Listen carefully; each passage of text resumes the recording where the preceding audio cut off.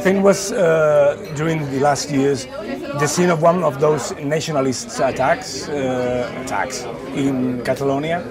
And since 2019, the elections in 2019, the stage moved to the European Parliament because of when Carles Puigdemont and all the others... He's my neighbour. came to the... He's your neighbour? He lives in Waterloo, very close to me, came to office and as MEPs, first with controversy and then with them starring in each speech attacking Spain and so on. How do you inform in Politico about a national debate that it is exported to Brussels? So, anyway, my point is we match the very, very local knowledge and very local expertise, but we try to explain these quite complicated local stories for a broader audience as well. This week, the amnesty law was approved in Spain today, with the Congress divided in two halves. How has your media faced the entire debate since last July, until when the Spanish president said that was unconstitutional, that was against the European values, that is going to happen, and overnight he changed, and some votes, I need them. How can you inform about that and be objective in it and explain to your audiences that kind of change of opinion in a very important government? I think that again, I would say our model is based on this insider-outsider idea that we have the people and the desire to be really knowledgeable about the topic with proper expertise, proper people who understand, who have the contacts, who have the network.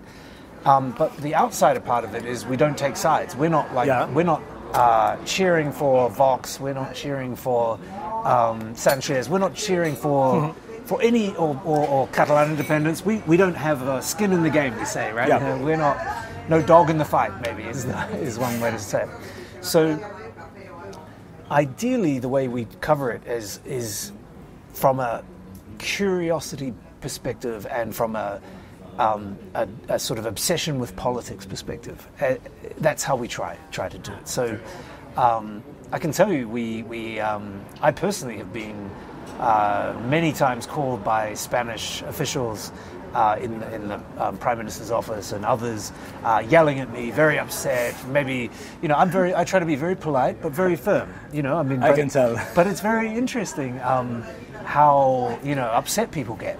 Have you detected, as the EPP says, that Pedro Sánchez has lost much of his prestige in Brussels? I would say that Sanchez was seen as a real sort of rising star, is my impression. I think that the last election certainly weakened him, obviously. It was unclear that he was going to be able to form a government, and the polls really turned on him, and then that does damage to your credibility in Brussels always.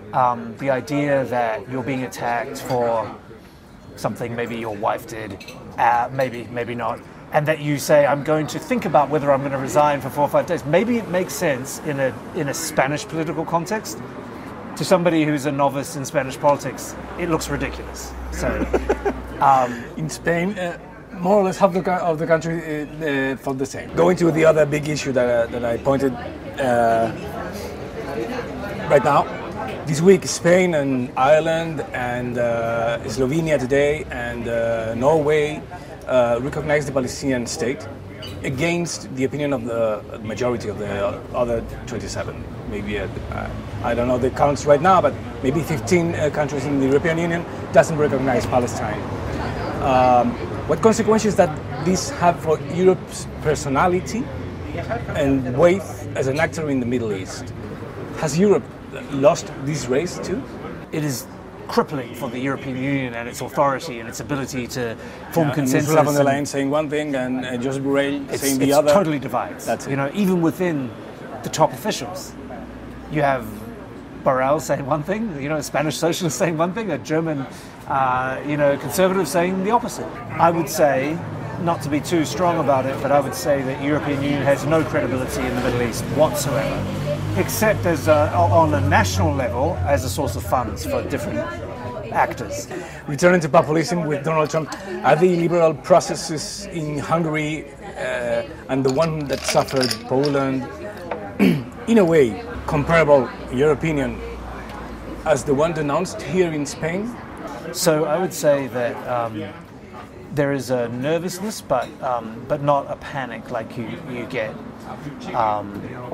maybe around the AfD or around Hungary, and there's a sort of mania around the AfD. Hungary. I think we all think that they're never going to be in office. Yeah, but Marine Le Pen could be in office. Yes, that's it. And she's in the minds of Brussels, the Eurocrats. Marine Le Pen's not as bad as the AfD, but the AfD could be quite powerful in this next parliament. Yeah. They're polling much higher, as I said, than Olaf Scholz's party. And